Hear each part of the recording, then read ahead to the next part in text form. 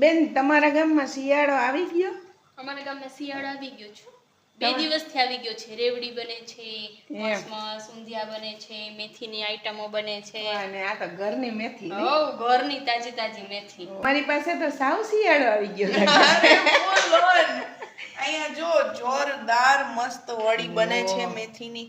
વાહ, આ જે પ્રોગ્રામ છે ભાઈ ઊંધિયાનો, મજા આવી જવાની. એમાંય ગુજરાતી હોય ને ઊંધિયું હોય, બોલતા જ મોઢામાં પાણી આવી જાય. ભૂખ લાગી. જમાવટ વાળું ઊંધિયું આ તો બનાવ્યું એમને છે આજે. ખવાય નથી, નહીં તો આ વડી બચે નહીં. હમણાં ફ્રાય કરી દઉં ને પછી ખાઈ ઊંધિયા લેજો. સિર્ફ વડી કે લીએ બનાવે. મને નથી ભાવે. હું તમને ઊંધિયું બતાવું બની ગયું. ઓહ જાવ આમાં છે ને જોરદાર. આમ ધાણા ભાજી નાખી હોય ને મસ્ત. વાહ. અને હવે એને આમ હલાવી.